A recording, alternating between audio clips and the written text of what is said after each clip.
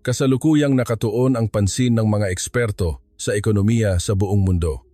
Matapos ipahayag ng China ang balak nitong bawasan ang pag-asa sa Pilipinas, lumabas ang isang hindi inaasahang resulta. Sa mga pangunahing industriya ng pagmamanupaktura sa China, lumampas sa 50% ang delivery delay rate at patuloy na nagkukumahog ang mga foreign clients na kanselahin ang kanilang mga kontrata. Sabi nga ng isang global supply chain analyst, hindi raw matutugunan ang mga pamantayan ng kalidad kung walang mga bahagi o serbisyo mula sa Pilipinas. Gayunpaman, ang simula ng pangyayaring ito ay mas nakakagulat. Nagsimula ang lahat sa isang kaguluhan sa isang high-end cafe sa Makati, Maynila. Isang video na nagpapakita ng mga turistang Tsino na umiinom ng alak at nag-iingay sa loob ng establishmento. Mabilis na kumalat ang video na iyon sa buong mundo. Maraming tao ang nakakita sa video at nag-isip, ang Pilipinas ay sa huli. Katulad din ng ibang bansa sa Asia. Ang kaayusan at kagandahang asal ay ganoon-ganoon lang. Subalit, lubos na mali ang pag-iisip na iyon. At ngayon, ikukuwento ko sa inyo kung gaano kalaki ang naging kapalit ng maling akalang iyon. Paki-subscribe sa channel, pindutin ang like, at mag-iwan ng komento na Pilipinas, galingan mo. Ang pangalan ko ay Marie Belga. Ako ay 37 taong gulang, ipinanganak sa Paris, Pransya, at nagtatrabaho bilang Global Strategy Analyst sa loob ng 15 taon. Sa loob ng 10 taon, nanirahan ako sa Shanghai at Beijing, China. Ang China ay isang bansa na nagturo sa akin ng maraming bagay. Mabilis na pag-usad, napakalaking sukat, at walang humpay na enerhiya. Ngunit kasabay nito, natutunan ko rin ang kaguluhan. Ang mga pampublikong lugar ay laging maingay. Halos walang kultura ng pagpila at karaniwan ang pag-iinterbyo. Sa subway, normal ang pagtulak at pagsiksikan at ang malakas na pagsasalita sa mga restaurant ay isang pangunahing asal. Ang kalidad ng serbisyo ay nag-iiba-iba ng malaki. May lugar na kahanga-hanga at may lugar na napakahirap. Ang mga pamantayan sa kalinisan at kaligtasan ay magkakaiba rin. Iyan ang China na naranasan ko sa loob ng 10 taon. Hindi ko sinasabing masama, sinasabi ko lang na ganoon ito. Naniwala ako na iyon ang katangian ng Asya. Isasakripisyo ang kaayusan para sa mabilis na paglago at isasantabi ang precision para sa pagpapalawak ng sukat. Isang araw, nagpadala sa akin ng link ang isang kasamahan sa trabaho. Ito ang video ng kaguluhan sa cafe sa Makati. Ilang turistang Tsino ang umiinom ng hard liquor sa loob ng tindahan at may nakalagay na bote ng baijiu sa lamesa. Nag-iingay sila at nakikita sa video na naiinis ang ibang mga customer. Magalang na nagbigay ng paalala ang mga crew, ngunit walang epekto at sa huli ay kinailangan pang tumawag ng pulis. Mabilis na kumalat ang video sa social media ng China. Nagulo rin ang mga online community ng Pilipinas. Habang pinapanood ko ang video, tumango ako. Yun na nga, ang Pilipinas ay mukhang katulad din. Ang nangyayari sa China ay nangyayari rin sa Pilipinas. Pareho lang ang East Asia at Southeast Asia siguro. Iyan ang naisip ko. Nang nanananghalian kami kasama ang aking mga kasamahan sa Shanghai office, pinag-usapan namin ito. Nang tanungin ko kung nakita ba nila ang video ng cafe sa Pilipinas, sagot nila ay oo, pareho lang sa China. Magkakahawig ang Asya, sabi ko. Ang conclusion namin ay mabilis ang pag-unlad, ngunit may problema pa rin sa kaayusan ng publiko. Sa panahong iyon, halos wala akong alam tungkol sa Pilipinas. Alam ko lang na popular ang Jollibee at sikat sila sa Business Process Outsourcing, BPO, at may mga espesyal na bahagi sa electronics. Para sa akin, ang Pilipinas ay maliit at mainit na bansa lang. Isang bansa na sandwich sa pagitan ng China at iba pang malalaking ekonomiya, may kaunting teknolohiya, ngunit maliit ang sukat. Iyon lang ang pagkakakilala ko. Gayunpaman, pagkalipas ng 1 linggo, biglang tumawag ang headquarters. May utos na magbiyahe ako sa Pilipinas. May meeting daw na nakaset up sa isang partner company sa Makati. Sa totoo lang, wala akong gana. Marami akong trabaho na kailangang tapusin sa China at sa Pilipinas pa. Simula nang maganap ang kaguluhan sa cafe, hindi maganda ang impression ko sa Pilipinas. Baka maingay at abala rin tulad ng China. Baka magulo rin ang kaayusan. Puno ng ganoong prejudice ang isip ko, ngunit hindi ko maiwasan ang biyahe. Wala akong nagawa kundi mag-impake at sumakay sa eroplano mula Shanghai patungong Enaya. Mga 3 oras lang ang biyahe. Ngunit hindi ko inasahan na ang maikling biyaheng iyon ay babaguhin ang aking pananaw sa buhay. Dumating ang eroplano sa Naya bandang 2:00 ng hapon. Kinuha ko ang aking bagahe at nagtungo sa gate. Nang tumapak ako sa loob ng paliparan, tumama sa akin ang unang shock, tahimik. Ibang-iba sa paliparan ng Shanghai. Ang paliparan ng Shanghai ay laging puno ng ingay. Malakas na nagsasalita sa telepono ang mga tao, tumatakbo at sumisigaw ang mga bata at maingay ang mga anunsyo. Ngunit ang Naya, sa bahaging iyon, ay tahimik. Ang mga tao ay kalmado, may mahabang pila patungo sa immigration, ngunit lahat ay tahimik na naghihintay. Walang nang i-interview, walang nagtutulakan. Tahimik at kalmado silang naghihintay sa kanilang turno. Nagulat ako sa tanawing iyon. Ito ba talaga ang paliparan sa Asia? Matapos ang immigration, sa harap ng baggage claim area, may kaayusan din. Ang mga tao ay umatras ng isang hakbang at naghintay. Nang lumabas ang kanilang bagahe, tahimik nilang kinuha. Walang nagsisiksikan, walang sumisigaw. Ang mga airport staff ay nagturo ng direksyon ng may mabait na ngiti at matatas sa Ingles. Sumakay ako sa taxi patungo sa aking business hotel sa Makati. May nakakagulat din sa loob ng taxi. Tahimik ang driver. Sa Tsina, halos lahat ng driver ng taxi ay kumakausap o tumatawag sa telepono, ngunit iba ang driver na ito. Maingat niyang sinabi ang mga kailangan lang at hindi siya nagbukas ng radyo nang walang paalam. Tahimik at ligtas siyang nagmaneho. Ang tanawin ng Maynila mula sa bintana ng sasakyan ay kahanga-hanga rin. Malinis ang mga kalsada, malinaw ang mga linya at mukhang karaniwan ang pagsunod sa mga traffic light. Sa Tsina, maraming sasakyan ang umaalis bago magpalit ang traffic light, ngunit dito, lahat ay sumusunod ng eksakto sa signal. Ang mga pedestrian ay tumatawid lamang sa crosswalk at halos wala akong nakitang nagmamadaling tumawid. Dumating ako sa hotel bandang 3:30 ng hapon. Nang mag-check-in ako, perpektong Ingles ang ginamit ng staff. Nakangiti, malinaw ang paliwanag at mabilis at eksakto ang proseso. Sa mga hotel sa Tsina, minsan umaabot ng 30 minuto ang check-in, ngunit dito, hindi umabot ng 5 minuto. Pagpasok ko sa silid, nag-iisip ako habang nag-iimpake. May mali. Ibang-iba ito sa inaasahan ko. Nakita ko ang video ng kaguluhan sa cafe at inakala kong magulo rin ang Pilipinas, tulad ng Tsina.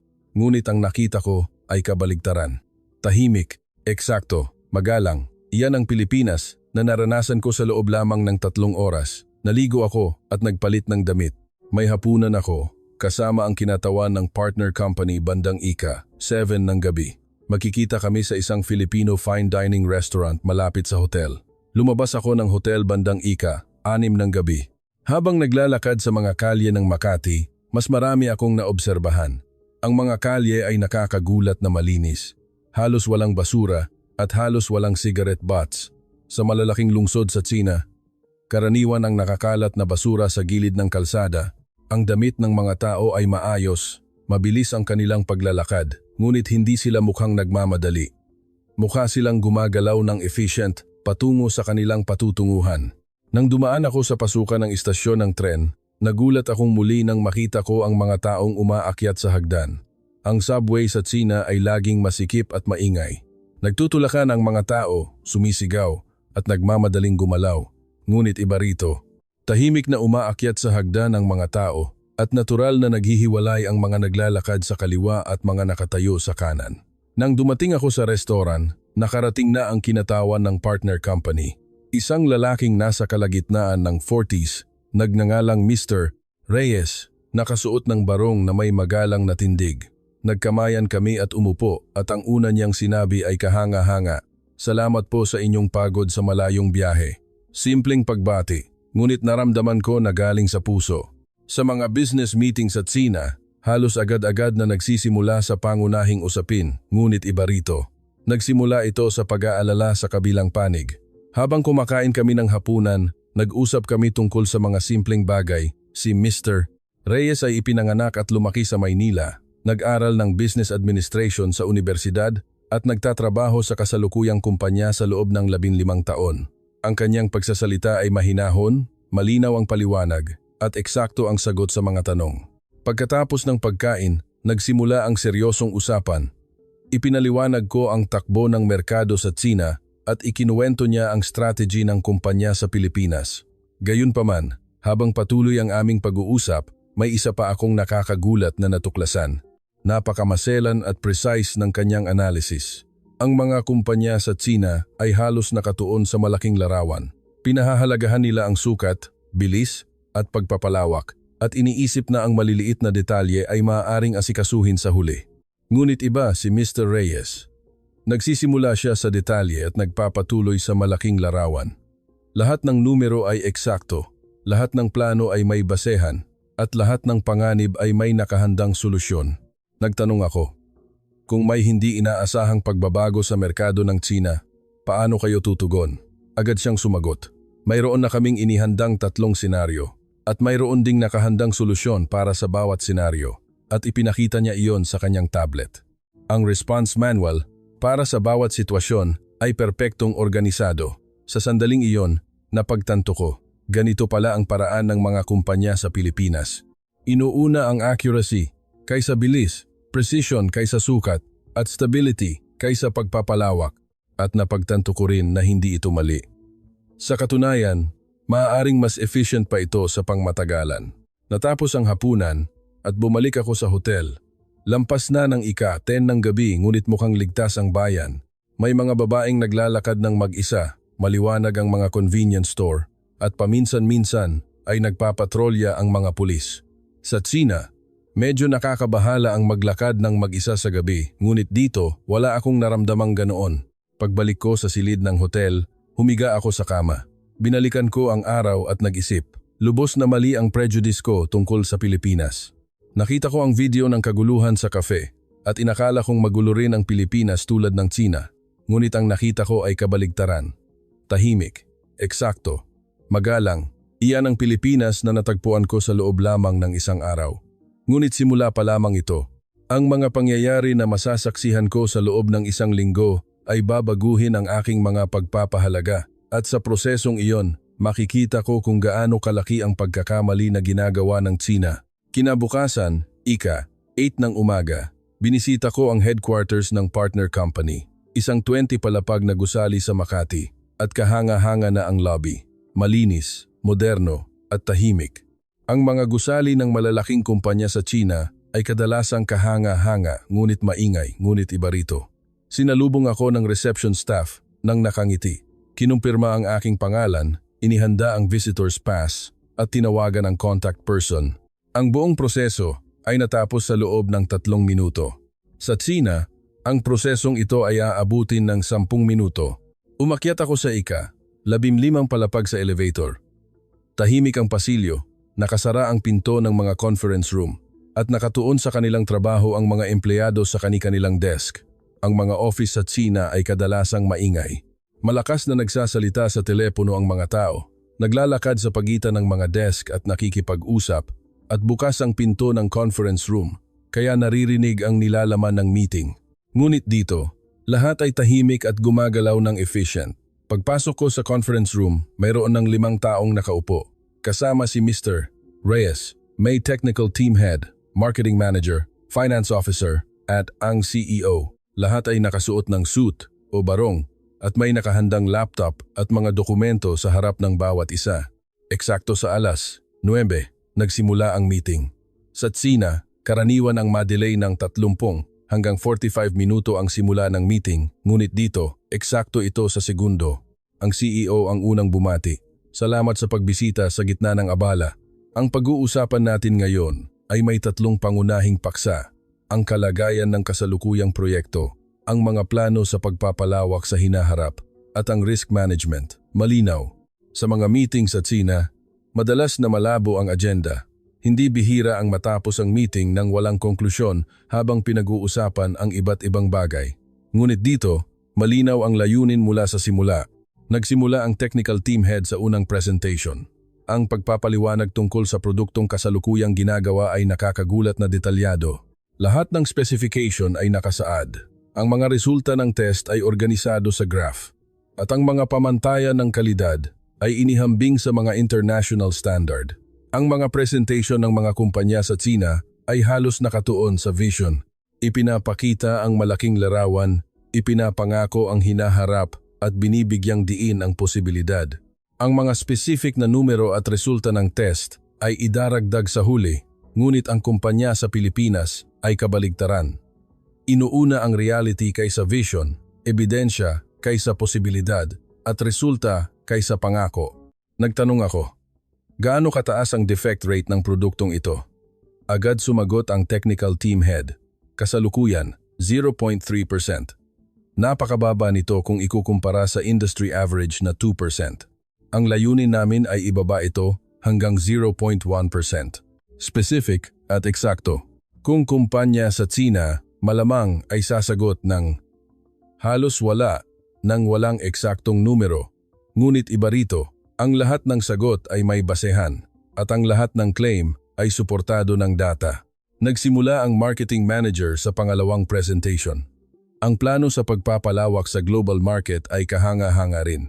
Ang market analysis ay ginawa ayon sa bansa, ang kalagayan ng mga kakumpetensya ay organisado at ang entry strategy ay inihanda ng step by step. Lalo akong nagulat sa risk analysis. Ang mga posibleng problema sa bawat merkado ay detalyadong nakalista at ang response plan para sa bawat problema ay inihanda. Lahat ay isinaalang-alang mula sa pagbabago ng exchange rate, kawalan ng political stability, pagkakaiba-iba ng kultura, legal issues, hanggang sa problema sa logistics. Ang mga plano sa pagpapalawak ng mga kumpanya sa Tsina ay kadalasang aggressive, uunahin ang pagpasok, at ang problema ay sosolusyonan sa huli. Ang pinakamataas na prioridad ay ang mabilis na pagpapalawak at ang panganib ay pangalawa lamang. Ngunit ang kumpanya sa Pilipinas ay kabaligtaran. Maghanda ng maingat, i-minimize ang panganib at maging stable ang layunin. Ang finance officer ang nagbigay ng pangatlong presentation. Ang investment plan at revenue forecast ay precise din. Lahat ng numero ay may basehan. Lahat ng forecast ay conservative. At mukhang feasible ang lahat ng plano. Lalo akong nakumbinsi. Ang lakas ng mga kumpanya sa Pilipinas ay hindi ang bilis, kundi ang accuracy. Hindi ang sukat, kundi ang kalidad. Hindi ang pagpapalawak, kundi ang stability. At napagtanto ko na ito ay hindi kahinaan, kundi kalakasan. Natapos ang meeting bandang alas 12. Tumagal ito ng 3 oras, ngunit ni minsan ay hindi nalihis ang usapan. Lahat ay nakatuon, ang lahat ng tanong ay nasagot, at ang lahat ng agenda ay natapos. Kung meeting sa Tsina, 3 oras ay maraming beses na may break, may lumalabas at pumapasok, may sumasagot sa telepono at nawawala ang focus, ngunit dito wala ni isa man. Magkasama kaming nananghalian. Nagpunta kami sa isang Filipino restaurant malapit sa kumpanya na may malinis at tahimik na kapaligiran. Habang naghihintay sa order, nagtanong ang CEO, "Kumusta ang merkado ng Tsina?" Narinig kong malaki ang pagbabago ng atmosphere kamakailan. Sumagot ako ng totoo. Opo, malaki ang pagbabago. Pinalalakas ng pamahalaan ng Tsina ang patakaran sa self-sufficiency at sinisikap ng mga kumpanya na bawasan ang pag-asa sa mga dayuhan. Kapansin-pansin ang pagbaba ng pag-asa sa mga bahagi at teknolohiya na galing Pilipinas, lalo na sa mga precision components. Tumango ang CEO. Iyon pala, naramdaman din namin ang ganoong paggalaw. Ngunit hindi kami gaanong nag-aalala. Nagtanong ako kung bakit. Kalmado siyang nagpaliwanag. Ang aming lakas ay nasa teknolohiya na irreplaceable. Totoo na mabilis na lumalaki ang Tsina, ngunit mayroon pa ring pagkakaiba sa kalidad. Lalo na sa bahagi ng precision technology, stability at durability, mas nangunguna kami. At aabuti ng matagal na panahon bago mapunuan ang pagkakaibang iyon. Ang tono niya ay puno ng kumpiyansa, ngunit hindi mapagmataas. Kumpiyansang may basehan. Naisip ko, talaga ba? Kung iisipin ang bilis ng Tsina, baka mapunuan din ang pagkakaibang iyon ng mabilis. Ngunit iyon ang maling akala ko. Sa loob ng ilang buwan, masasaksihan ko kung gaano kalaki ang pagkakamali na ginawa ng Tsina. Pagkatapos ng tanghalian, binisita namin ang factory. Isang manufacturing facility sa Calabarzon, mga 1 oras ang biyahe mula sa Maynila. Ang unang impression ko pagdating sa factory ay kalinisan. Malinis ang labas ng gusali, maayos ang parking lot, at malinaw ang mga signage. Sumailalim kami sa safety education at nagpalit ng uniform. Sa mga factory sa Tsina, formalidad lang ang safety education. Ang layunin ay matapos agad at makapasok na sa work area. Ngunit iba rito, sa loob ng 30 minuto, maingat nilang ipinaliwanag ang mga patakaran sa kaligtasan, tinanong kung may tanong, at sinuri kung tama ang suot ng lahat ng kagamitan. Nang pumasok ako sa line, nagulat akong muli. Tahimik. Ang mga factory sa Tsina ay halos maingay. Naghahalo ang tunog ng makina, boses ng mga manggagawa, at tunog ng forklift. Ngunit dito, ang tunog lang ng makina ang naririnig. Ang mga manggagawa ay tahimik na nakatuon sa kanilang trabaho. Walang unnecessary conversation at efficient ang lahat ng galaw. Bumisita rin kami sa Quality Control, QC Room. Dito, sinusuri ang lahat ng produkto at napakahigpit ng mga pamantayan. Kahit maliit na gasgas ay itinuturing na depektibo at kung bahagya mang lumihis sa specification, ire-rework. Ang lahat ng data ay itinatala at traceable. Ipinaliwanag ng QC Manager, layunin naming zero defect. Hindi namin papayagan na makarating sa kamay ng aming mga customer ang depektibong produkto, kaya nagsasagawa kami ng maraming level ng inspection, itinatala ang lahat ng proseso, at kapag may problema, agad naming aalamin ang ugat at aayusin. Sa mga factory sa Tsina, ang bilis ang pinakamataas na prioridad. Mabilis na gawin, mabilis na i-ship, at ang problema ay aayusin sa huli. Ang pag-iisip ay kaya itong i-cover ng volume kahit mataas ang defect. Ngunit ang factory sa Pilipinas ay kabaligtaran.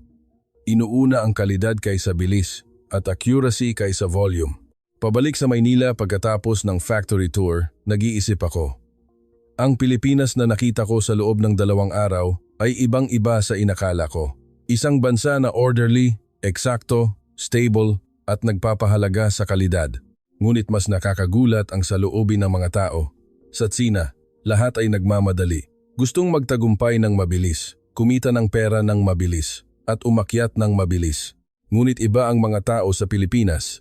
Gusto nilang umusad ng dahan-dahan ngunit tama. Mas gusto ang stable na trabaho kaysa mabilis na promosyon, at mas pinahahalagahan ang pangmatagalang tiwala kaysa panandaliang kita. Pagbalik ko sa hotel, binuksan ko ang laptop at sinomarize ang nakita ko. Isinulat ko sa aking report, ang competitiveness ng mga kumpanya sa Pilipinas ay nasa precision, hindi sa bilis. Kung ang Tsina ay nangingibabaw sa sukat, ang Pilipinas ay nanghihikayat sa kalidad. Ang pagkakaibang ito ay maaaring maging pabor sa Tsina sa panandalian, ngunit sa pangmatagalan, mas sustainable ang Pilipinas. Sa panahong iyon, inakala kong isa lamang itong obserbasyon, ngunit pagkalipas ng ilang buwan, malalaman ko na ang obserbasyong ito ay isang eksaktong forecast. Magsisimulang gumuho ang lahat sa sandaling minamaliit ng Tsina ang Pilipinas. Natapos ang biyahe ko sa Pilipinas at pagbalik ko sa Shanghai, mga 1 linggo na ang nakalipas. Pagbaba ko sa paliparan, malinaw ang pagkakaiba na naramdaman ko, maingay.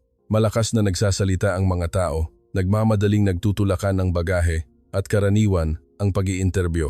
1 linggo na ang nakalipas, inakala kong normal ito. Ngunit pagbalik ko mula sa Pilipinas, hindi ko na ito nagustuhan. Pagbalik ko sa office, nilapitan ako ng mga kasamahan. Kumusta ang Pilipinas? Gaya ba ng inaasahan? Katulad ba ng Tsina? Medyo natigilan ako. Hindi ko alam kung paano ipapaliwanag. Hindi sapat ang sabihing maganda. Hindi specific ang sabihing ibang-iba. At mukhang ordinary ang sabihing kahanga-hanga. Sa huli, sumagot ako. Mas systematic kaysa sa inaakala. Orderly, eksakto, at nagpapahalaga sa kalidad. Ibang-iba ang approach sa Tsina. Tumango sila, ngunit hindi gaanong nagpakita ng interes. Para sa kanila, ang Pilipinas ay maliit pa rin na bansa at hindi gaanong mahalaga kumpara sa napakalaking merkado ng Tsina. Pagkalipas ng mga 1 buwan, nagkaroon ng malaking anunsyo ang pamahalaan ng Tsina. Ang nilalaman ay bawasan ang pag-asa sa mga dayuhan sa mga pangunahing industriya, lalo na sa mga sektor ng semiconductor, baterya, at precision components. Layunin nilang maging self-sufficient. Habang pinapanood ko ang balita, nag-alala ako. Makatotohanan ba ang layuning ito? Kung iisipin ang mga pamantayan ng kalidad at precision na nakita ko sa factory sa Pilipinas, tila mahirap para sa Tsina na maabot ang antas na iyon sa maikling panahon. Ngunit ang mga tao sa paligid ko ay optimistic. Tingnan mo ang bilis ng Tsina, nangunguna na sa buong mundo sa maraming sektor, kayang abutin ang antas ng Pilipinas. Problema lang ng oras. Ganoong mga salita ang naglipana. Ganoon din ang atmosphere sa company meeting. Sabi ng strategy team head habang nagpa-presentation, plano naming bawasan ang pag-asa sa mga bahagi mula Pilipinas hanggang 50%. Mabilis na lumalaki ang mga local suppliers at Tsina at mas mataas ang price competitiveness. Nagtaas ako ng kamay at nagtanong, kumusta ang kalidad? Katulad ba ng mga bahagi mula Pilipinas? Kumpiyansa ang sagot ng strategy team head. Halos pareho. May kaunting pagkakaiba pa sa ilang bahagi, ngunit mabilis na bumubuti. Aabutin namin ng ganap sa loob ng 1 taon. Tumango ako, ngunit nagduda ako sa loob ko. Ang QC system, ang testing process, ang defect rate na 0.3% na nakita ko sa factory sa Pilipinas ay umiikot sa isip ko. Maaabot ba talaga ng mga suppliers at Tsina ang antas na iyon? Pagkalipas ng 2 buwan, lumabas ang unang tanda. May report mula sa production team ng kumpanya. Mas mataas ang defect rate ng mga substitute parts na gawa sa Tsina kaysa sa inaasahan. Habang ang galing Pilipinas ay mas mababa sa 0.5%, ang galing Tsina ay lumampas sa 10%. Ipinaliwanag ng production team head sa meeting. Sa numero lang, mukhang maliit na pagkakaiba, ngunit malaki ang impact nito.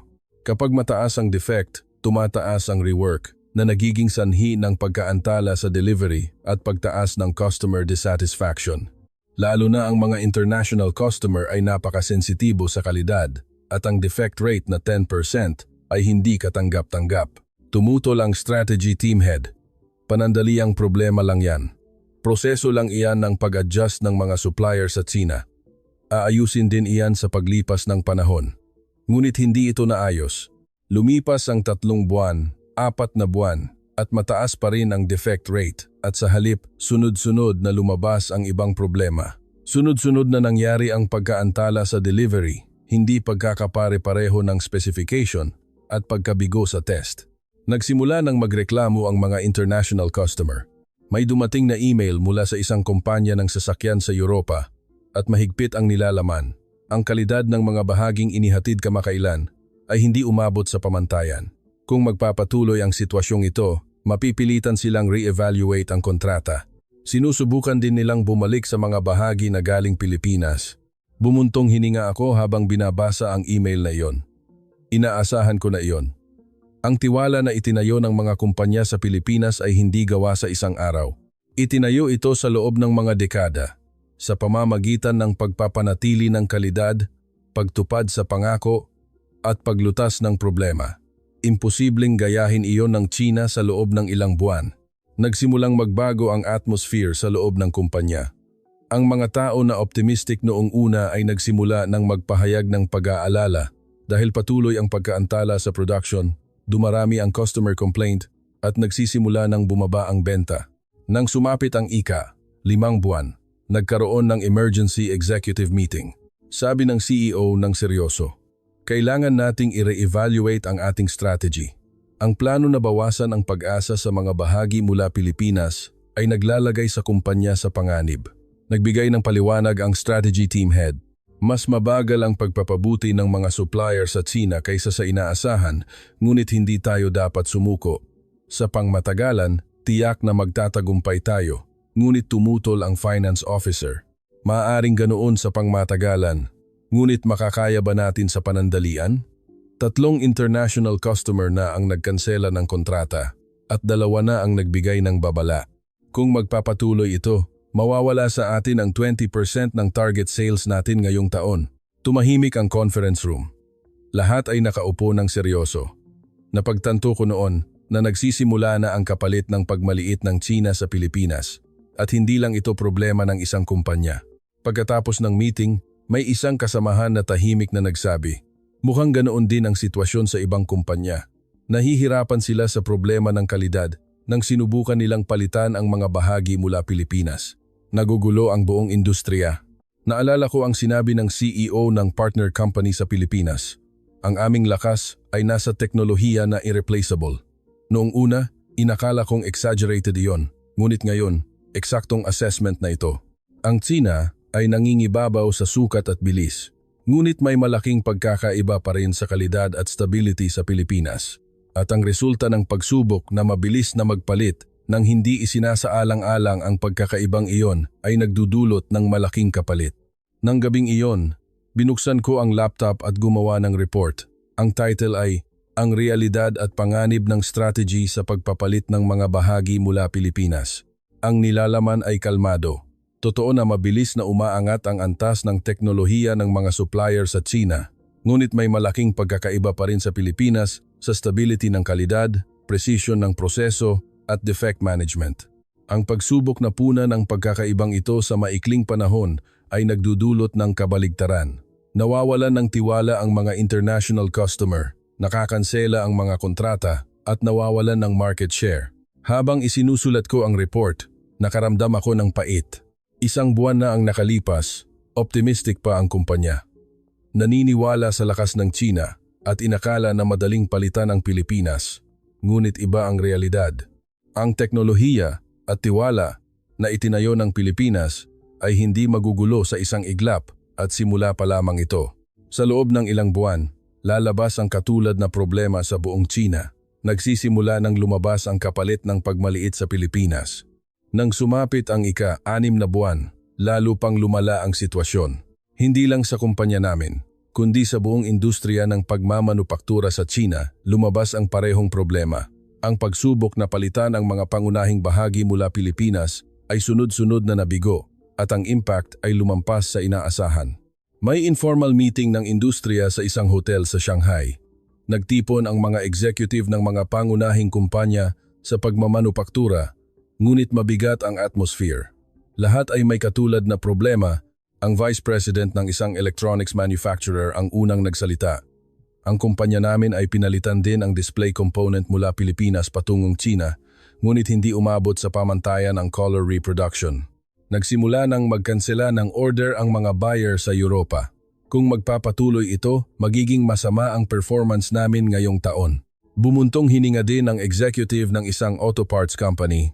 Pinalitan namin ang battery management system, ngunit hindi ito pumasa sa stability test.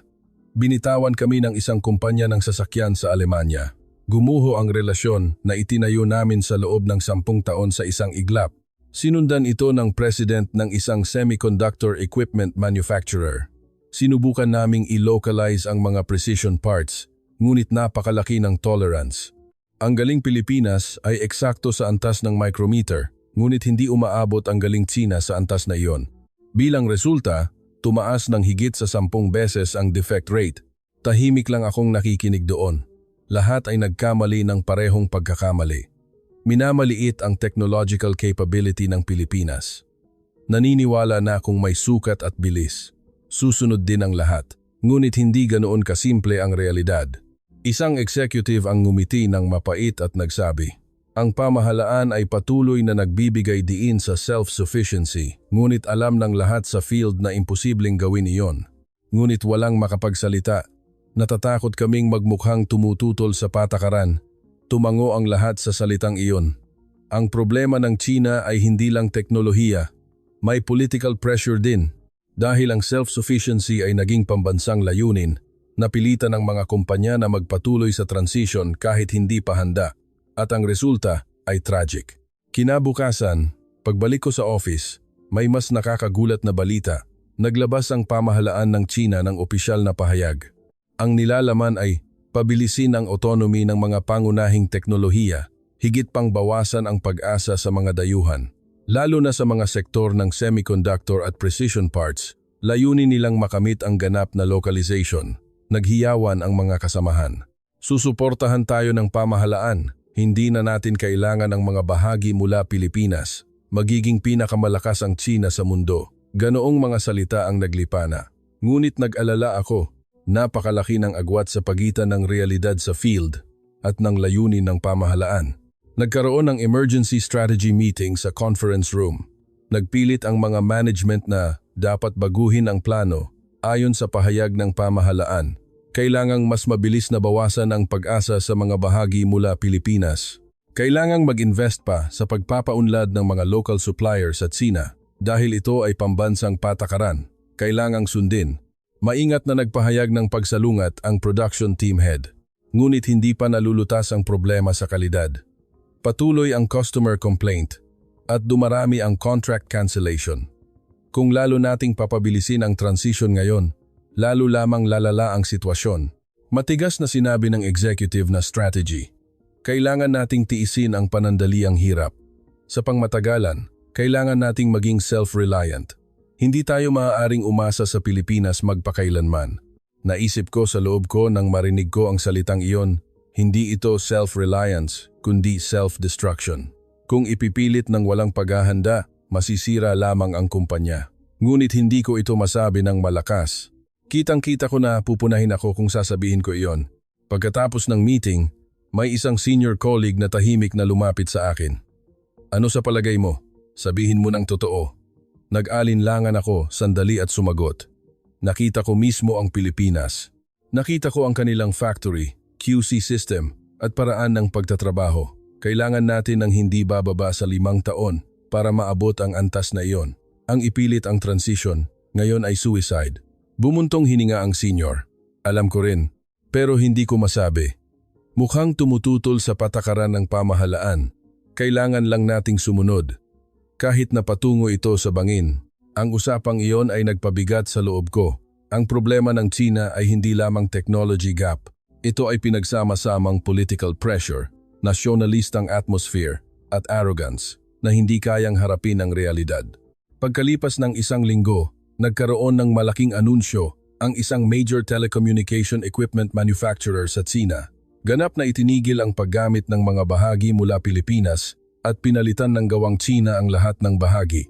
Iniulat ito ng media bilang tagumpay ng self-reliance, naglabas ng pahayag ang pamahalaan at napuno ng nasyonalistang sigla ang social media. Ngunit iba ang pananaw ng mga taga-industriya. May isang kasamahan na bumulong. Nawalan na ng 2 project sa Europa ang kumpanyang iyon dahil sa problema sa kalidad. Ang anunsyong iyon ngayon ay isang deklarasyon ng pagkatalo na ipinapakita bilang tagumpay. Tumango ako sa salitang iyon. Tinalikuran ng China ang realidad. Hindi inamin ang problema, itinago ang pagkatalo at nagkunwari na nagtagumpay. At ang saloobing iyon ay lalo pang nagpalala sa sitwasyon. Pagkalipas ng datang buwan, muli akong nagbiyahe sa Pilipinas. Emergency meeting ito. Naantala ang proyekto dahil sa problema sa kalidad ng China at kailangang makipagnegosasyon sa partner company sa Pilipinas para sa solusyon. Nang dumating ako sa NAIA, iba ang pakiramdam ko. Kung ang una kong pagbisita ay pagkamausisa, ngayon ay ginhawa. Ang orderly na paliparan, ang tahimik na mga tao, ang eksaktong impormasyon, lahat ay naging komportable. Para akong pinalaya mula sa kaguluhan ng Shanghai. Nang bisitahin ko ang partner company, sinalubong ako ni Mr. Reyes. Magalang pa rin siya, ngunit may kaunting pag-aalala sa kanyang mukha. Umupo kami sa conference room at nagsimulang mag-usap. Marie, aminin ko, nag-aalala kami sa mga balita na naririnig namin mula sa China kamakailan. Maraming kumpanya ang sumusubok na palitan ang mga bahagi mula Pilipinas patungong China at sunod-sunod na lumalabas ang problema sa kalidad sa prosesong iyon. Wala akong nagawa kundi aminin. Tama po kayo. Nahaharap din ang kumpanya namin sa problemang iyon. Mas mababa ang antas ng teknolohiya ng mga supplier sa China kaysa sa inaasahan. At may problema sa stability ng kalidad. Lalo na sa sektor ng precision parts, malaki ang pagkakaiba. Tumango si Mr. Reyes. Ayon sa aming inaasahan, ang kalidad ay hindi maaaring itayo sa isang iglap. Kailangan ito ng mga dekada ng know-how, mahigpit na pamantayan, at walang humpay na pagpapabuti. Totoo na mabilis ang paglago ng China, ngunit kailangan pa ng oras sa kalidad. Ang tono niya ay hindi mapagmataas. Nagsasabi lang siya ng katotohanan, ngunit ang katotohanan iyon ay mahirap tanggapin para sa China. Maingat akong nagtanong, kung gayon, paano tinitingnan ng mga kumpanya sa Pilipinas ang sitwasyong ito? Nag-isip sandali si Mr. Reyes at sumagot. Nakikita namin ang pag-aalala at opportunity. Ang pag-aalala ay baka maging unstable ang merkado ng China. Kung maraming kumpanya sa China ang magkakaroon ng problema sa kalidad, baka magulo ang buong supply chain. Ngunit kasabay nito, opportunity din ito.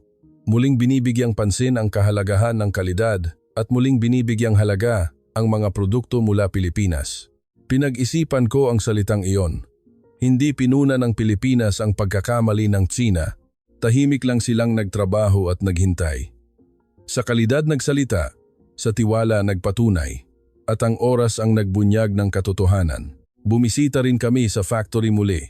May pagbabago kumpara sa 6 na buwan na ang nakalipas. Mas automated ang production line, na-upgrade ang kagamitan sa QC, at mukhang mas sanay pa ang mga manggagawa. Patuloy na nag-evolve ang mga kumpanya sa Pilipinas nang hindi humihinto. Ipinaliwanag ng QC manager, hindi kami kontento. Ang kasalukuyang defect rate ay 0, 2%, ngunit ang layunin namin ay 0.1%. Patuloy kaming nagsisikap na lumapit sa perfection. Iyan ang paraan namin para manatili sa merkado. Nang marinig ko ang salitang iyon, naramdaman ko muli ang pagkakaiba sa Tsina. Ang Tsina ay nakatuon sa mabilis na paghabol, at ang Pilipinas ay nakatuon sa pagtungo sa perfection. Ang Tsina ay nagmamadaling humabol sa Pilipinas, at ang Pilipinas ay dahan-dahan ngunit tiyak na umaakyat patungo sa mas mataas na lugar. Pabalik sa Maynila, sinulat ko sa notebook ko. Ang strategy ng Tsina ay mali sa ugat. Para maabot ang Pilipinas, dapat nilang matutunan ang paraan ng Pilipinas, ngunit nananatili sila sa sarili nilang paraan. Kalidad kaysa bilis, precision kaysa sukat, sustainable development kaysa mabilis na paglago. Iyan ang lakas ng Pilipinas, ngunit ayaw itong tanggapin ng Tsina. Nang nanananghalian ako sa hotel, nanood ako ng balita. Patuloy pa rin na binibigyang diin ng balita sa Tsina ang tagumpay ng self-reliance. Nabawasan ang pag-asa sa Pilipinas, tumaas ang ratio ng domestic parts, nakamit ang self-technology. Ganoong mga nilalaman ang sunod-sunod na lumalabas. Ngunit sa likod niyon, may ibang nangyayari. Nakakansela ang mga kontrata dahil sa problema sa kalidad, umaalis ang mga international customer, at gumuho ang tiwala. Ipinagdiriwang ng Tsina ang panlabas na tagumpay, habang tinalikuran ang substantive failure. Pabalik sa Shanghai, nag-iisip ako sa eroplano. Bakit kaya minamaliit ng Tsina ang Pilipinas ng ganoon? Dahil ba naniniwala silang kung malaki ang sukat, natural na susunod ang kalidad?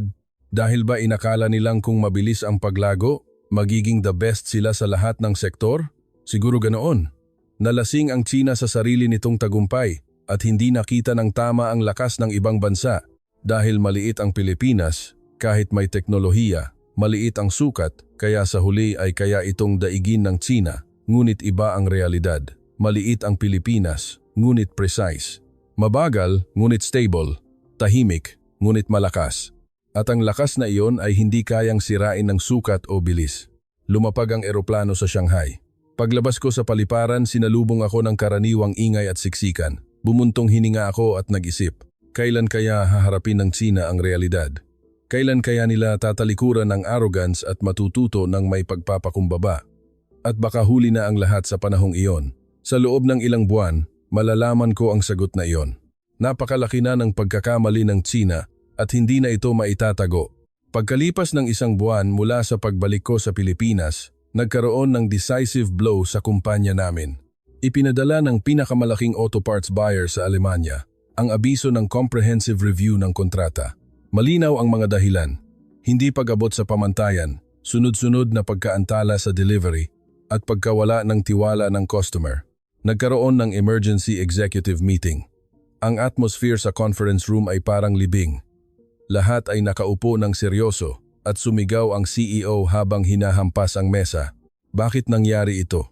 Gumuho ang relasyon na itinayo natin sa loob ng 10 taon sa isang iglap. Ang buyer sa Alemanya ay nagdudulot ng 30% ng benta natin. Kung mawawala ang kontratang ito, mahaharap ang kumpanya sa matinding krisis. Nanginginig ang boses ng production team head habang nagre-report. Mula nang palitan ang mga bahagi mula Pilipinas patungong Tsina, patuloy na mataas ang defect rate. Ilang beses na kaming humingi ng pagpapabuti, ngunit hindi ito naabot ng mga supplier sa Tsina. Bilang resulta, naihatid ang depektibong produkto sa customer at huminto pa ang production line nila. Inihayag ng finance officer ang mga numero. Sa loob ng 6 na buwan, lumampas na sa 30 milyong yuan ang loss dahil sa problema sa kalidad.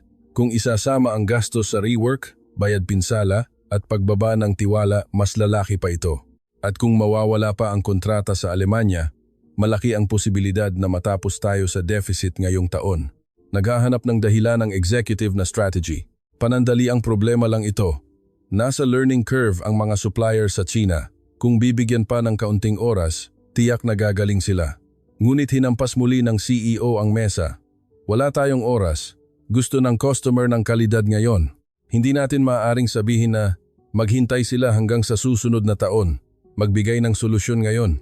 Tumahimik ang conference room. Walang makapagbigay ng tiyak na solusyon. Alam ng lahat, ang pinakamabilis na solusyon ay bumalik sa mga bahagi mula Pilipinas. Ngunit, kung gagawin iyon, mukhang sasalungat sila sa patakaran ng pamahalaan. Tahimik akong nagtaas ng kamay. Mayroon akong isang mungkahi. Tiningnan ako ng CEO, sabihin mo. Huminga ako ng malalim at nagsalita. Ibalik natin sa Pilipinas ang mga pangunahing bahagi at panatilihin ang mga hindi gaanong mahalaga na bahagi na galing China. Hindi tayo maaaring magkompromiso sa bahagi na mahalaga ang kalidad. Kung mawawala ang mga customer, hindi mabubuhay ang kumpanya. Agad na tumutol ang executive na strategy. Iyan ay retreat. Hindi ito umaayon sa patakaran ng pamahalaan. At sa panlabas, magiging pag-amin ito ng pagkatalo. Matigas akong sumagot. Kung hindi natin aaminin ang pagkatalo, mas malaking pagkatalo ang darating. Mawawala ang buyer sa Alemanya, aalis ang iba pang customer, at sa huli ay malulugi ang kumpanya. Hindi natin maaaring sirain ang kumpanya para sa pride. Nag-alala ang CEO. At pagkatapos ng ilang sandali ng katahimikan, nagdesisyon siya. Gawin natin ang mungkahi ni Marie. Ibalik ang mga pangunahing bahagi sa Pilipinas. Ipaliwanag natin ito bilang strategic alliance sa labas. Nang gabing iyon, tinawagan ko ang partner company sa Pilipinas. Si Mr. Reyes ang sumagot. Ipinaliwanag ko ang sitwasyon at humingi ng reorder ng mga bahagi. Tumahimik siya sandali at nagsabi, "Naintindihan ko. Tutulungan namin kayo. Ngunit, aaminin ko, hindi lang ang kumpanya ninyo. Maraming katulad na kahilingan ang dumarating sa amin mula sa China kamakailan. Gustong bumalik sa Pilipinas." Hindi ako nagulat, inasahan ko na iyon. Ang parehong problema ay nangyayari sa buong China, nagpatuloy si Mr. Reyes. May limitasyon din ang production capacity namin at mahirap agad na tugunan ang lahat ng kahilingan. Kailangan naming magbigay ng priority. Uunahin naming tulungan ang mga kumpanya na nagpapanatili ng pangmatagalang partnership at pagkatapos ay isasaalang-alang namin ang iba pang kumpanya. Malinaw ang kahulugan ng salitang iyon. Ang mga kumpanyang tumalikod sa Pilipinas at gustong bumalik ay isasantabi. Isang aral na mahirap bawiin ang tiwala kapag nawala. Nagmakaawa ako. Napilitan lang kami dahil sa political pressure. Coercion ito ng environment kaysa sa pagpili ng kumpanya. Kung bibigyan ninyo kami ng isa pang pagkakataon, sisiguraduhin namin ang long-term contract. Bumuntong hininga si Mr. Reyes. Naiintindihan ko, gagawin namin ang aming makakaya. Ngunit baka abutin ng kaunting oras. Nang binaba ko ang telepono, tumingin ako sa labas ng bintana. Ang night view ng Shanghai ay maliwanag, ngunit sa likod niyon may gumuguho. Nagsimula nang magbayad ang arrogance ng China. Nang tiningnan ko ang balita ng industriya kinabukasan, nalaman kong hindi lang ito problema ng kumpanya namin. Iniulat na umatras ang isang kilalang electronics manufacturer sa China mula sa smartphone market ng Europa. Ang dahilan ay hindi naabot ang safety standard ng baterya. Problema ito na nangyari matapos palitan ang battery management chip mula Pilipinas patungong China. Sa isa pang article, iniulat na nawalan ng project sa Middle East ang pinakamalaking telecom equipment manufacturer sa China. Problema sa reliability ng network equipment. Nangyari rin ito matapos palitan ang mga pangunahing bahagi mula Pilipinas. Ganoon din sa semiconductor industry.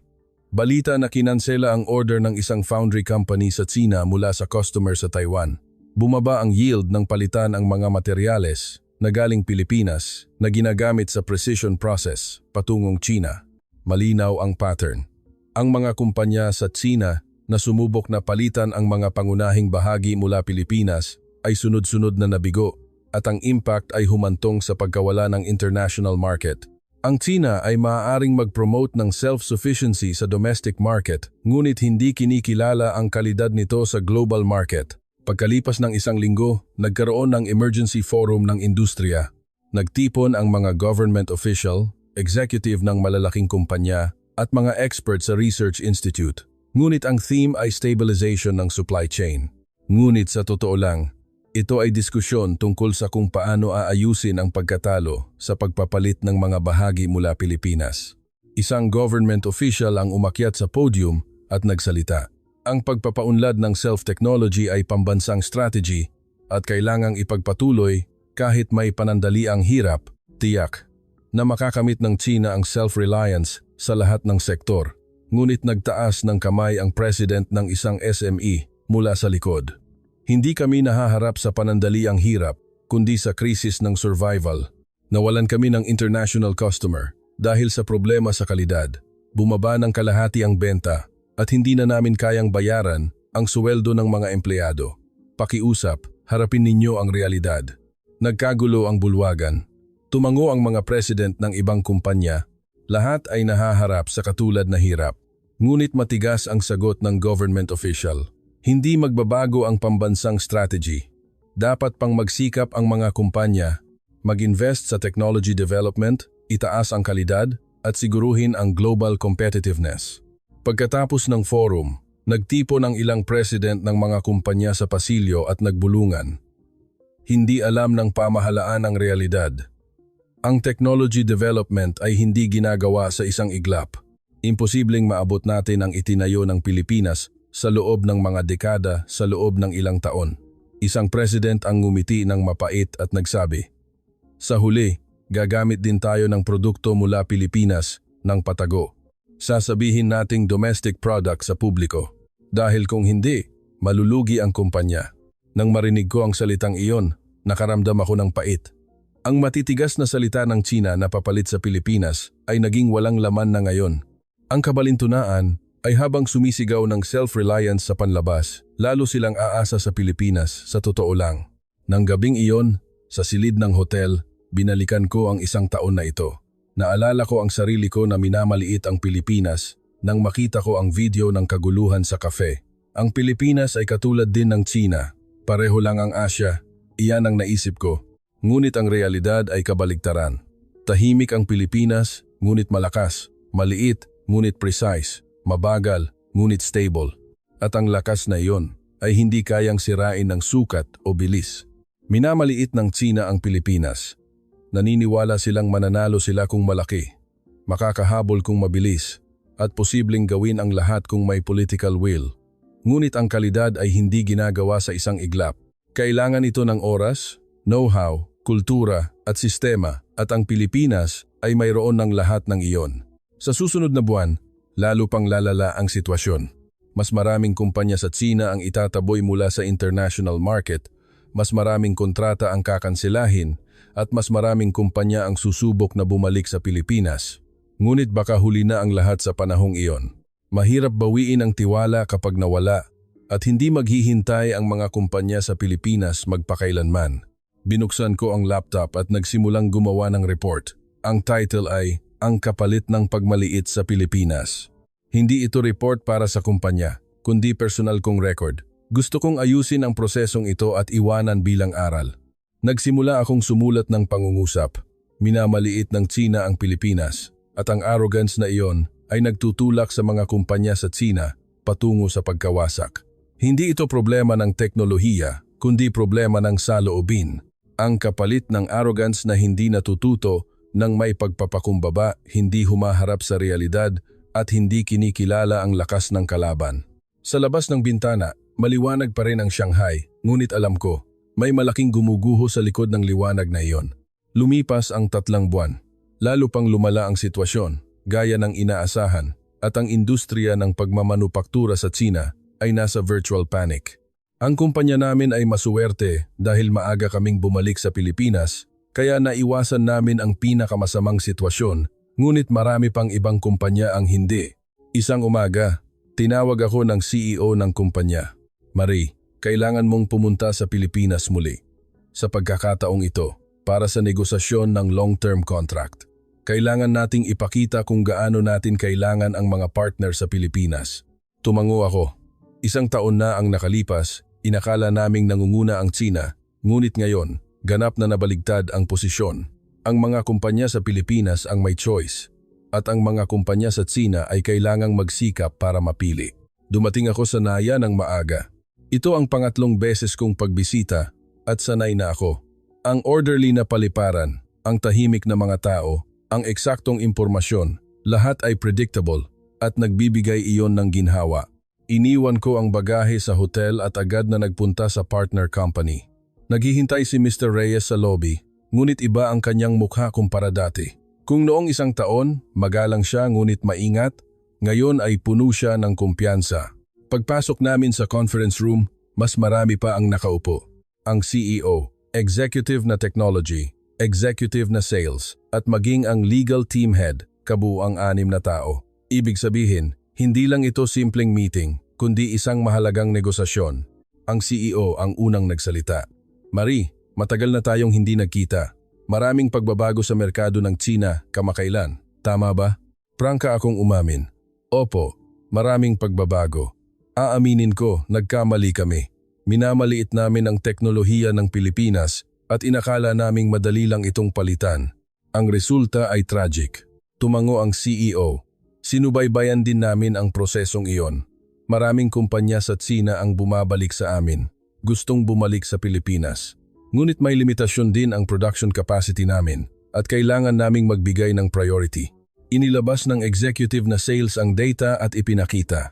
Sa loob ng 3 buwan, tumaas ng 3% ang inquiry mula sa Tsina kumpara sa nakaraang taon. Lahat ay humihingi ng supply ng mga bahagi mula Pilipinas.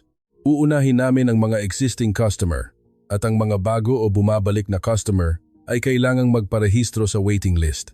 Naiintindihan ko ang kahulugan ng salitang iyon.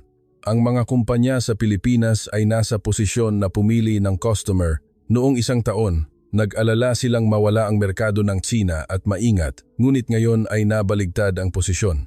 Nagdagdag pa ang executive na technology. Hindi rin kami naghintay lang sa panahong iyon.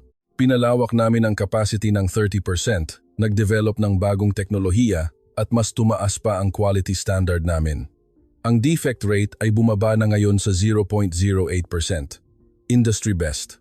Nagulat ako sa numerong iyon. Mula 0.2% noong 1 taon, naging 0.08% na ngayon. Patuloy na nag-evolve ang mga kumpanya sa Pilipinas nang hindi humihinto. Habang nahihirapan ang Tsina na humabol, mas lumalayo pa ang Pilipinas.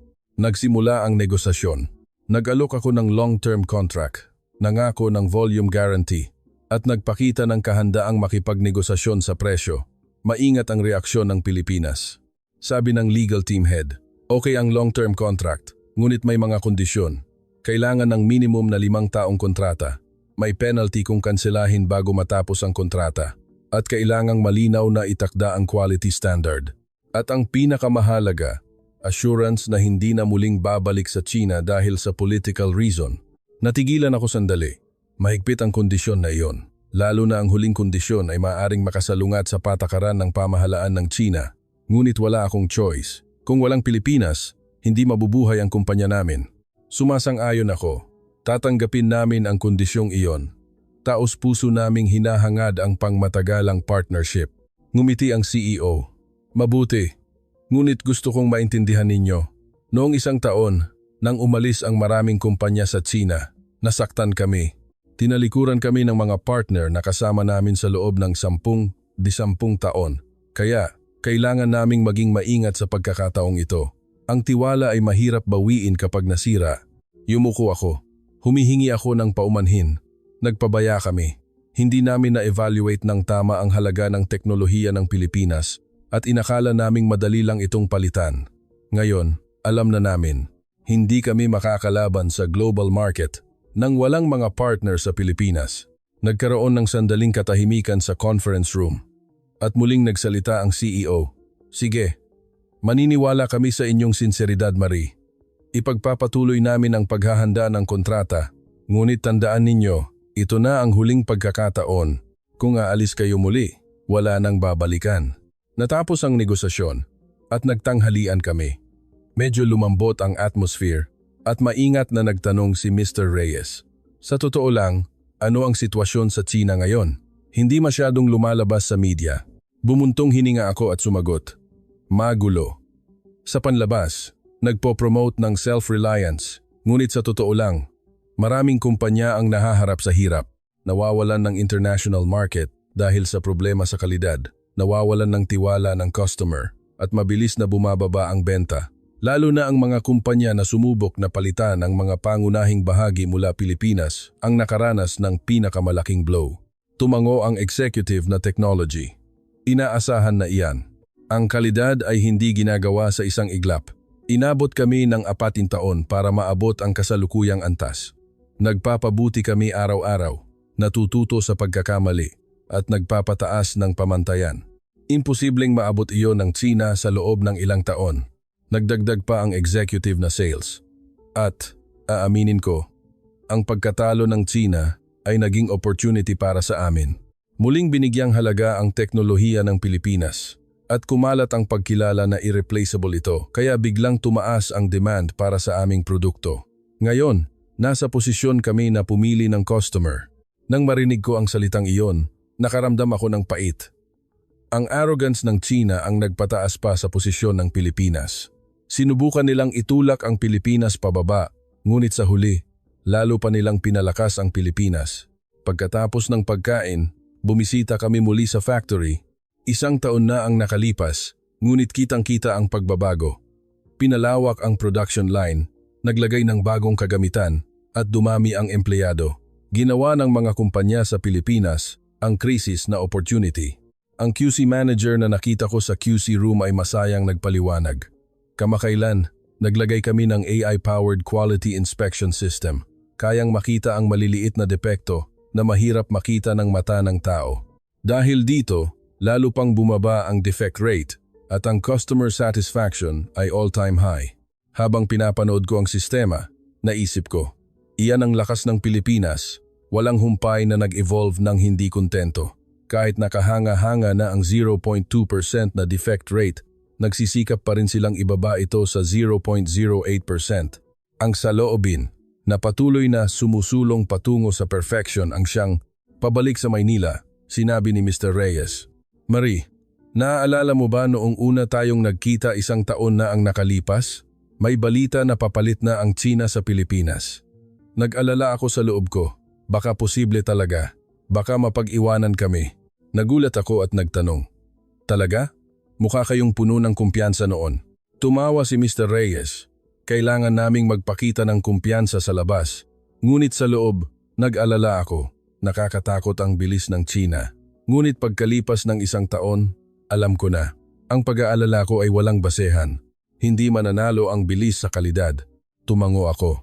Tama po, mabilis ang Tsina, ngunit eksakto ang Pilipinas. Malaki ang Tsina, ngunit precise ang Pilipinas. At sa huli, ang kalidad ang pinili ng merkado. Pagbalik ko sa hotel, binuksan ko ang laptop at sinulat ang record ng araw na iyon. Ang title ay, Ang Tahimik na Tagumpay ng Pilipinas. Hindi sumigaw ang Pilipinas ng pagmamalaki. Kahit hinamon ng Tsina, hindi tumutol. Kahit minamaliit, hindi nagalit. Tahimik lang silang nagtrabaho. Itinaas ang kalidad, nagdevelop ng teknolohiya, at ginawang kontento ang customer. At sa paglipas ng panahon, lumabas ang katotohanan.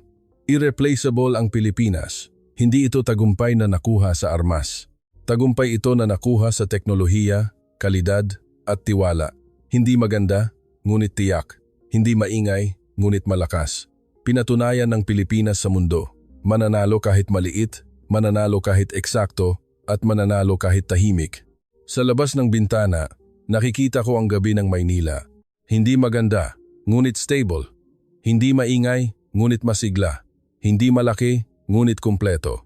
Ngayon, naiintindihan ko kung paano nakakapagbigay inspirasyon sa mundo ang bayang ito, ang bansang ito. Pabalik sa Shanghai, nag-iisip ako sa eroplano. Ano kaya ang mangyayari sa Tsina ngayon? Magpapatuloy ba sa arrogance o matututo ng may pagpapakumbaba? Paano magbabago ang relasyon sa Pilipinas? Ngunit may isang tiyak na bagay. Hindi na maaaring balewalain ang Pilipinas. Isang bansa na maliit ngunit malakas, tahimik ngunit may influence, at mabagal ngunit sustainable. At nagsisimula ng kilalanin ng mundo ang halaga niyon. Pagkalipas ng 1 buwan mula sa pagbalik ko sa Shanghai, bumalik sa stability ang kumpanya namin dahil sa long-term contract sa Pilipinas, ngunit ang buong industriya ay nasa kaguluhan pa rin. Ang mga kumpanya na hindi nakabalik sa Pilipinas ay patuloy na nahaharap sa hirap at lalo pang kumakalat ang impact. Isang hapon, nagkaroon ng emergency meeting ng industriya. Nagulat ang lahat nang may balita na dadalo ang isang senior government official. Nagtipon ang mga CEO ng mga pangunahing kumpanya sa pagmamanupaktura sa conference room at mabigat ang atmosphere.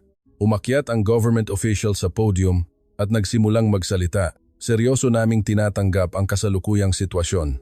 Maraming kumpanya ang nahaharap sa hirap sa international market, bumababa ang export at humihina ang international competitiveness. Kailangan nating lutasin ang problemang ito. Nagtaas ng kamay ang isang CEO at nagsalita. Malinaw ang ugat ng problema, ang pagsubok na palitan ang mga pangunahing bahagi mula Pilipinas nang wala sa oras. Hindi pa handa ang teknolohiya namin, ngunit pinilit naming magpalit dahil sa political pressure. Ang resulta ay tragic. Sinundan ito ng isa pang CEO. Nawalan kami ng 5 customer sa Europa. Gumuho ang tiwala na itinayo namin sa loob ng 15 taon sa loob lamang ng 1 taon. Isang dahilan lang, kalidad. Noong gumagamit kami ng bahagi mula Pilipinas, walang problema. Ngunit nang palitan namin ng galing China, tumaas ng 10 beses ang defect rate. Nagkagulo ang bulwagan. Lahat ay may katulad na karanasan. Tumigas ang mukha ng government official. Kaya, ano ang solusyon? Bumalik sa pag-asa sa Pilipinas. Sasalungat iyon sa patakaran ng self-reliance. Maingat na nagsalita ang isang technology expert. Magandang layunin ang self-reliance, ngunit kailangan ng realistic roadmap. Imposibleng maabot natin ang teknolohiya na itinayo ng Pilipinas sa loob ng 40 taon sa loob ng 5 taon. Dapat tayong lumapit ng step by step. Pansamantala, makikipagtulungan tayo sa Pilipinas habang dahan-dahan nating pinapaunlad ang sarili nating teknolohiya. Sumang-ayon ang isa pang expert. At kailangan nating aminin ng prangka, masyado nating minamaliit ang Pilipinas. Inakala nating madali lang itong abutin dahil maliit na bansa. Maliit ang sukat. Ngunit ang lakas ng Pilipinas ay kalidad, hindi sukat. Iyon ang pagkakamali namin. Tumahimik ang conference room. Alam ng lahat ang katotohanan ng salitang iyon, ngunit hindi madaling aminin ito sa publiko dahil ito ay problema na may kinalaman sa pride ng China. Nag-isip sandali ang government official at nagsabi, "Naiintindihan ko, ire-review namin ang patakaran. Ngunit sa panlabas, kailangan nating panatilihin ang tema ng self-reliance. Ang pakikipagtulungan sa Pilipinas ay ipoposisyon bilang strategic partnership at ipapahayag bilang step-by-step autonomy." Bumuntong hininga ang mga CEO bilang ginhawa. Hindi bababa sa ngayon, may dahilan na silang makipagtulungan muli sa Pilipinas. Ngunit nakaramdam ako ng pait. Sa huli, hindi inamin ang pagkatalo at gusto lang gumawa ng facade. Pagkatapos ng meeting, nagtipon ang ilang CEO sa pasilyo at nag-usap, sabi ng isa. Sa huli, kailangan nating yumuko muli sa Pilipinas. Nakakahiya kung iisipin kung gaano tayo ka-arrogant noong 1 taon. Sumang-ayon ang isa. Oo, binaliwala natin ang Pilipinas. Inakala nating maliit at mahina. Ngunit sa totoo lang, maliit man, malakas, tahimik man, may influence. Habang pinipilit nating sumulong sa sukat, hinikayat nila ang mundo sa kalidad. Tumango ako habang nakikinig sa usapang iyon. 1 taon at kalahati na ang nakalipas nang makita ko ang video ng kaguluhan sa cafe sa Pilipinas. Naalala ko ang sarili ko na minamaliit ang Pilipinas. Nagkamali rin ako noon. Hinusgahan ang buong bansa sa isang pangyayari. Tiningnan lang ang panlabas at nawala ang essence. Nagbigay ng arrogant na assessment. Ngunit nang maranasan ko mismo ang Pilipinas, napagtanto ko, hindi kinakatawan ng isang kaguluhan ang essence ng bansa. Sa halip, ang paraan ng pagtugon sa kaguluhan, ang sistema ng pagpapanatili ng kaayusan, ang kultura ng pagpapanatili ng kalidad, ang tunay na lakas ng bansa. Kinabukasan, nagpadala ako ng email sa partner company sa Pilipinas. Ikinuwento ko ang balita na ire-review ng pamahalaan ng China ang patakaran at mas maraming kumpanya sa China ang magnanais na makipagtulungan sa Pilipinas. Nagdagdag din ako ng personal na damdamin. 1 taon at kalahati na ang nakalipas, nang una akong bumisita sa Pilipinas, puno ako ng prejudice. Ngunit ngayon ay iba na. Naiintindihan ko na ang tunay na halaga ng Pilipinas at napagtanto ko kung bakit irreplaceable ang halagang iyon. Ang pagmaliit ng China sa Pilipinas ay isang malaking pagkakamali at nagbabayad kami ng malaki para rito. Ngayon, iginagalang ko ang Pilipinas. Nang nagpadala ako ng email, tumingin ako sa labas ng bintana. Ang bayan ng Shanghai ay masigla pa rin, patuloy ang paggalaw ng mga tao at patuloy ang paglago ng lungsod. Ngunit alam ko, hindi sapat ang bilis. Kailangan ang kalidad, tiwala at sustainability para sa tunay na tagumpay. Nang gabing iyon, matagal akong nakipagkita sa mga college classmate. Nagtatrabaho sila sa iba't ibang sektor at nagtanong ang isang kaibigan, narinig kong kahanga-hanga ang Pilipinas kamakailan, totoo ba? Tumango ako. Totoo. Hindi ko rin alam noong una, ngunit nang maranasan ko mismo, kahanga-hanga talaga ang bansa. Maliit man, malakas, tahimik man, may influence, mabagal, ngunit stable. Masyado nating minamaliit ang Pilipinas. Nagtanong ang isa pang kaibigan, kung gayon, hindi na makakahabol ang China sa Pilipinas? Nag-isip ako sandali at sumagot. Makakahabol, ngunit kailangan ng oras, at higit sa lahat, kailangang matutunan ang paraan ng Pilipinas. Kalidad kaysa bilis, precision kaysa sukat, sustainable development kaysa mabilis na paglago. Kung hindi nila tatanggapin iyon, hindi natin malalampasan ang Pilipinas habang nagmamalaki tayong mas malaki at mas mabilis tayo. Tahimik na tumango ang mga kaibigan. Alam ng lahat ang hirap ng industriya ng pagmamanupaktura sa China kamakailan. Nagdagdag pa ako sa huli. At may kailangan kayong malaman. Hindi huminto ang Pilipinas habang nagkakamali tayo. Patuloy silang nag-evolve, nagpapabuti at sumusulong. Kaya kahit magsimula tayo ngayon, mas malayo na ang Pilipinas. Iyan ang realidad. Pabalik sa bahay, binalikan ko ang 1 taon at kalahati na ito. Kung paanong ang pagkakamali na nagsimula sa kaguluhan sa kafe sa Pilipinas ay humantong sa strategic failure ng buong China. Kung gaano kalaki ang kapalit ng pagmaliit sa isang bansa at kung gaano karaming natutunan ko sa prosesong iyon. Ngayon, alam ko na. Ang tunay na lakas ng bansa ay hindi sukat o bilis.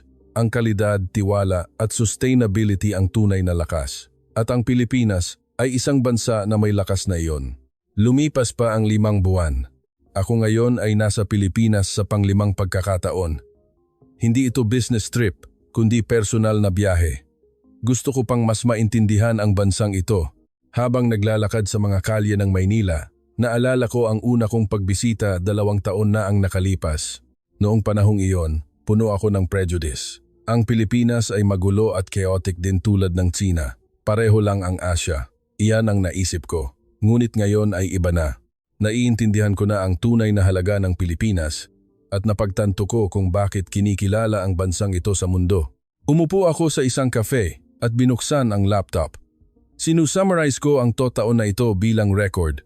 Ang title ay, Ang Dakilang Pagbabalik ng Pilipinas, ang Buong Kuwento.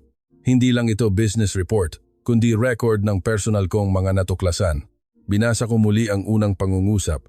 2 taon na ang nakalipas, minamaliit ko ang Pilipinas at hindi lang ako ang nagkamali. Ang buong China ay nagkamali ng parehong pagkakamali. Inakala naming madaling palitan ang Pilipinas dahil maliit at tahimik, ngunit nagkamali kami. Tumingin ako sa labas ng bintana at ang mga tao ay naglalakad ng orderly sa kalsada. Naghihintay sa signal sa crosswalk, pumipila sa bus at tahimik na nakikipag-usap. Ang lahat ay hindi na mukhang espesyal, karaniwan lang. Ngunit ngayon, alam ko na kung gaano kalaki ang lakas ng karaniwang bagay na iyon. Nagpatuloy ako sa pagsulat sa laptop.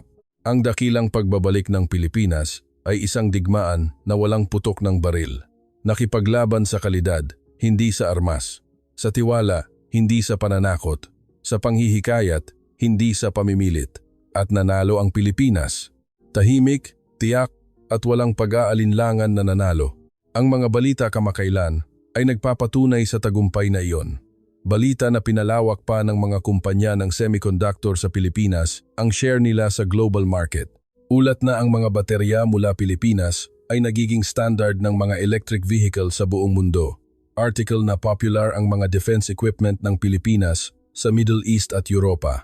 Maging analysis na nangunguna ang medical technology ng Pilipinas sa merkado ng Asia. Samantala, ang mga kumpanya sa China ay patuloy na nahaharap sa hirap. Patuloy na bumababa ang share sa international market, paulit-ulit ang problema sa kalidad at hindi nila muling makuha ang tiwala. Ang pagkakaiba sa Pilipinas ay hindi lumiit, kundi lumaki pa. Nagdagdag pa ako ng isang pangungusap. Ang 2 taon na minamaliit ng China ang Pilipinas ay naging opportunity para sa Pilipinas. Habang nagkakamali ang kalaban, lalo silang lumakas. Habang pinupuna, itinaas ang kalidad. Habang hinahamon, pinatibay ang posisyon. Iyan ang tunay na dakilang pagbabalik. Tumunog ang cellphone ko. Message mula kay Mr. Reyes. Kung may oras kayo mamayang gabi, gusto nyo bang kumain? Formal na gathering ito. Masaya akong pumayag. 7:00 ng gabi, nagkita kami sa isang restaurant at kasama ni Mr. Reyes ang dopang executive ng kumpanya sa Pilipinas. Mga taong nakilala ko sa industriya. Habang kumakain, nag-usap kami tungkol sa mga simpleng bagay. Ang isang executive ay tumawa at nagsabi, "Marie, sanay na kayo sa Pilipinas. Iba na kayo sa unang beses ninyong dumating." Tumawa ako at sumagot, "Opo, puno ako ng prejudice noong una akong dumating. Inakala kong magulo rin ang Pilipinas tulad ng China. Pero ngayon, alam ko na kung ano ang tunay na lakas ng Pilipinas." Nagtanong si Mr. Reyes, "Kumusta ang China kamakailan? Gumanda na ba ang sitwasyon?" Sumagot ako ng totoo, "Dahan-dahan, ngunit mahirap pa rin ang sitwasyon. Maraming kumpanya ang bumabalik sa Pilipinas at binago na rin ng pamahalaan ang patakaran. Ngunit hindi madaling bawiin ang nawalang oras at tiwala. Ang pinakamahalaga, ngayon, alam na ng lahat, irreplaceable ang Pilipinas." Maingat na nagtanong ang isa pang executive, "Sa personal, paano ninyo tinitingnan ang sitwasyong ito bilang isang Chino?" Nag-isip ako sandali at sumagot, "Sa totoo lang, nasaktan ang pride ko noong una.